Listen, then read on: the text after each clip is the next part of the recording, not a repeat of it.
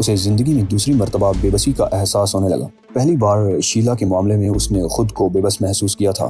وہ فورڈ کار کی تلاش میں بیچ ٹری سینٹر کے ارد گرد چکر لگانے لگا۔ ساتھ ہی اس نے ٹیری لوکاس سے فون پر بھی بات کی، جس نے کار اور قاتل کے بارے میں فوراً ہی پولیس کو مطلع کر دیا۔ ٹائیگر صرف اتنا ہی کر سکا۔ اسے یقین تھا کہ پیٹرول کاریں فورڈ اور قاتل کو جلد تلاش کر لیں گی۔ شاید یہ پہلا موقع تھا کہ اس نے اپنا شکار خود پولیس کے حوالے کیا ہو، لیکن ابھی دینو لیوی اور اس کے کسار برائے مرگ باقی تھے۔ ٹائیگر ان سے نمٹ سکتا تھا۔ ٹیری لوکاس نے اسے بتایا تھا کہ سرکاری وکیلوں کا کہنا ہے کہ جب تک گرفتار ہونے والوں میں سے کوئی ایک سرکاری گواہ نہ بن جائے، مقدمہ چلانا ممکن نہیں ہوگا۔ جب تک دینو لیوی اور اس کے ساتھیوں کے خلاف یہ مقدمہ قائم نہ ہو کہ وہ صدر مملکت سمیت 60 بااثر لیڈروں کے قتل کی سازش میں براہ راست ملوث ہیں، ان کے خلاف کوئی کارروائی ممکن نہیں، انہیں گرفتار بھی نہیں کیا جا سکتا۔ ابھی ٹائیگر کو ہر قیمت پر کچھ کرنا تھا، اعصاب ساتھ دیں یا نہ دیں، اسے کچھ نہ کچھ کرنا ہی تھا۔ اس نے کار ریڈیو کھولا۔ 10 بجے کی خبریں آ رہی تھی۔ دینو لیوی نے اٹلانٹا میں اپنے اجتماعات کی کامیابی پر مسرت کا اظہار کیا ہے۔ انہوں نے دعویٰ کیا ہے کہ ان اجتماعات میں 10,000 افراد نے شرکت کی ہے۔ بہت جلد دینو لیوی کی آواز ریڈیو پر سنائی جا رہی تھی۔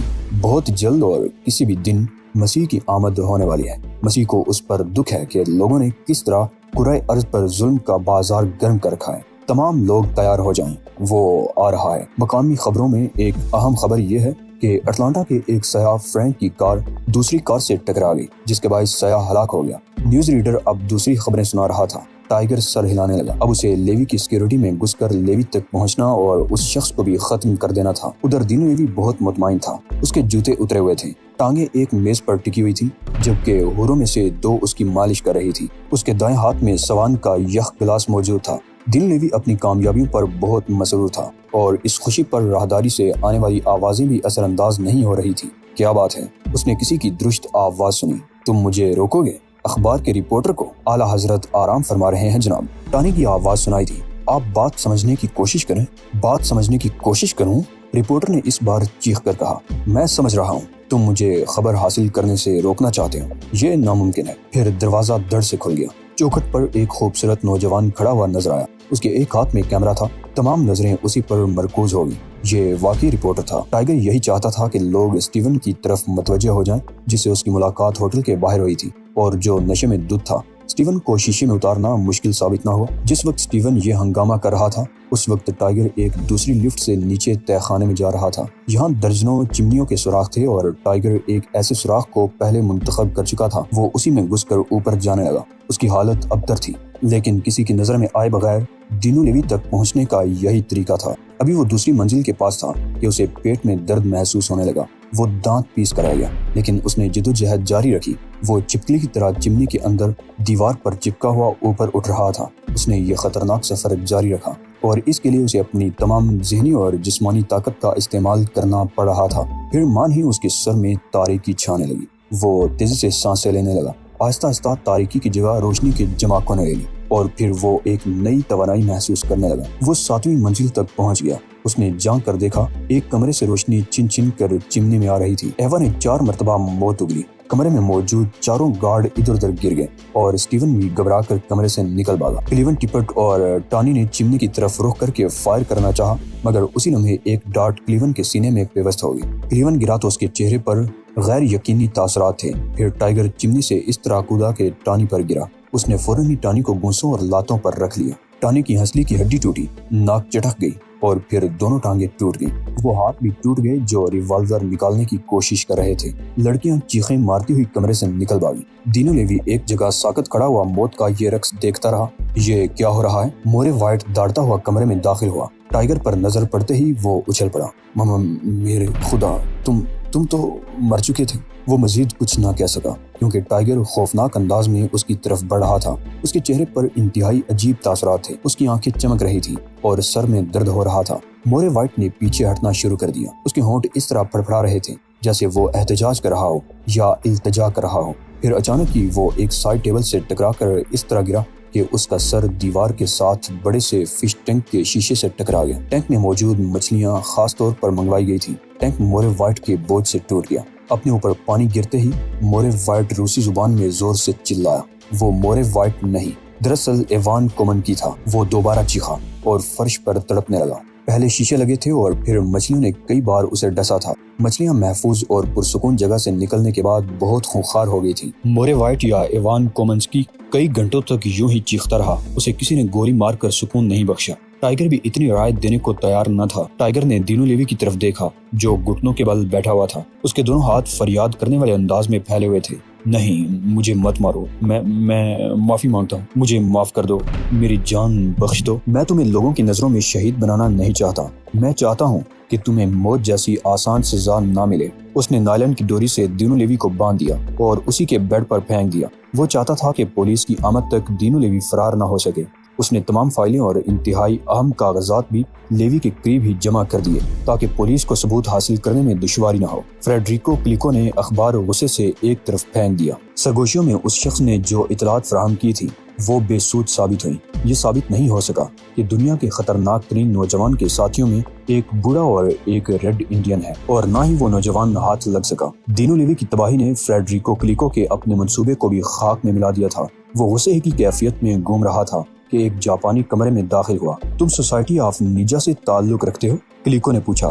جی ہاں، جاپانی نے جواب دیا۔ تمہیں تلاش کرنا بہت مشکل ثابت ہوا۔ کلیکو اس طرح بولا جیسے اس میں سارا قصور جاپانی کا ہو۔ ویسے تمہاری بہت تعریف سنی گئی ہے، کیا مسئلہ حل کرنے میں کامیابی ہوگی؟ ماسٹر نے ایک شرط رکھی ہے، جاپانی بولا، اور وہ یہ کہ معاوضہ ہر قیمت پر بڑھا دیا جائے۔ مگر کیوں؟ میں نے صرف یہ کہا ہے کہ ایک شخص کو تلاش کر کے ہلاک کر دو۔ صرف ایک شخص کو؟ جی ہاں، لیکن اس شخص کا تعلق خاندان سناجو سے ہے۔ یہ کہتے ہوئے جاپانی نے تعظیماً سر بھی خم کیا۔ میں قسم کھاتا ہوں کہ شیل فش کو کبھی بے ضرر نہیں سمجھوں گا۔ ٹائیگر نے اپنے سامنے رکھی ہوئی پلیٹ کی طرف دیکھ کر کہا، جس میں بنی ہوئی مچھلی رکھی ہوئی تھی۔ وہ جس کمرے میں بیٹھے ہوئے تھے اس کی کھڑکیوں سے سمندر صاف نظر آ رہا تھا۔ بہرام دائیں طرف صوفے پر اور اوشان ٹائیگر کے سامنے فرش پر بیٹھا ہوا تھا۔ اس کی نظریں ٹائیگر کے سوتے ہوئے چہرے پر تھیں۔ ٹائیگر کے پیچھے صوفے کے ساتھ وہی روبی کھڑی ہوئی تھی جو ٹائیگر کی زندگی میں اہم ترین مقام رکھتی تھی۔ اس کا چہرہ بگڑا ہوا تھا۔ وہ اس بات پر ناراض تھی کہ ٹائیگر نے اس کیس میں کوارٹر سے رابطہ تقریباً مسلسل منقطع رکھا۔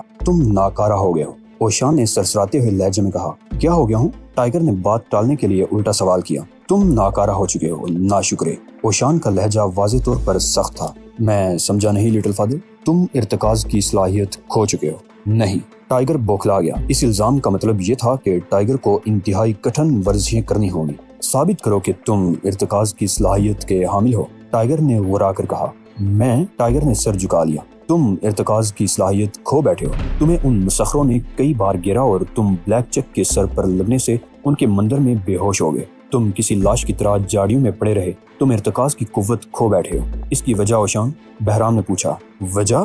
اوشان کھڑا ہو گیا۔ اس کے نتنے پھڑپھڑا رہے تھے، چہرہ ستا ہوا تھا۔ اوشان نے آگے بڑھ کر ٹائیگر کے ہولسٹر سے ریوالور نکال لیا، گھٹنے پر مارا اور 2 ٹکڑے کر کے کھڑکی سے باہر اچھال دیا، اور یہ ڈاٹ گن بھی توڑ کر ایک طرف پھینک دی، اور یہ خنجر پر ہاتھ لگا، وہ بھی 2 ٹکڑے ہو گیا، اور یہ بھی۔ پہلو میں لگی ہوئی کلہاڑی ایک طرف گر گئی۔ ٹائیگر خاموش رہا، روبی اسے گھورتی رہی، بہرام ساکت رہا۔ ان نامعقول ہتھیاروں نے اسے کاہل بنا ڈالا ہے۔ اوشان کی آواز کمرے میں گونج رہی تھی۔ یہ ان پر انحصار کرنے لگا ہے، لہٰذا پکڑا جاتا ہے، چوروں کی طرح گھروں میں گھستا ہے، جاسوسوں کے طریقے اختیار کرنے لگا ہے، اور یہ سب کچھ سناجو کی توہین ہے۔ فادر، چپ رہو ناشکرے۔ اوشان نے دونوں ہاتھ فضا میں بلند کر کے کہا، میں حکم دیتا ہوں کہ تم آئندہ ان ہتھیاروں کو ہاتھ بھی نہیں لگاؤ گے۔ تم خود دنیا کے سب سے مہلک ہتھیار ہو، خود کو استعمال کرنا پھر سیکھو۔ کاہلی سے کام مت لو، تم دنیا کے سب سے مہلک ہتھیار ہو۔ میں دنیا کا سب سے مہلک ہتھیار ہوں۔ ٹائیگر کی سرسراتی ہوئی آواز کمرے میں گونجی۔ ہاں، تم دنیا کے سب سے مہلک ہتھیار ہو، اوشان نے پھر کہا۔ اس بار اس کا لہجہ عجیب سا تھا۔ ٹائیگر کی آنکھیں بند ہونے لگیں۔ اوشان نے اس کی گردن پر ہاتھ رکھا اور پھر یہ ہاتھ پورے جسم کو ٹٹولنے لگا۔ وہ ٹائیگر کے جسم کی مرمت کر رہا تھا، اس کی کنپٹیوں کو سہلا رہا تھا جن میں کل ہی سے ٹھیسیں اٹھ رہی تھیں۔ وہ صوفے پر نیم دراز ہو گیا اور پھر سو گیا۔ دینو لیوی کا کیا ہوگا؟ روبی نے بہرام سے پوچھا۔ ٹائیگر اس وقت سینیٹوریم کے باغ میں ٹہل رہا تھا کہ بہرام اور روبی باغ میں بیٹھے گفتگو کر رہے تھے۔ اسے عمر قید ہوگی، پورا کیس حکام کے حوالے کر دیا گیا ہے۔ بہرام نے جواب دیا اور پھر اٹھ گیا۔ میں شیل فش کا زہر نکالنا چاہتا ہوں، ٹائیگر روبی کے قریب آ کر بولا۔ کیوں؟ روبی سنجیدہ لہجے میں پوچھنے لگی۔ تاکہ تمہیں دے سکوں۔ تم خود کسی پاگل کتے سے کم نہیں ہو، ہٹ لو، یہی کافی ہے۔ روبی غرانے لگی۔ زہر حاصل کرنے کے بارے میں سنجیدہ ہوں روبی، ٹائیگر نے کرسی پر بیٹھتے ہوئے کہا۔ عقل سے کام لو دیہاتی،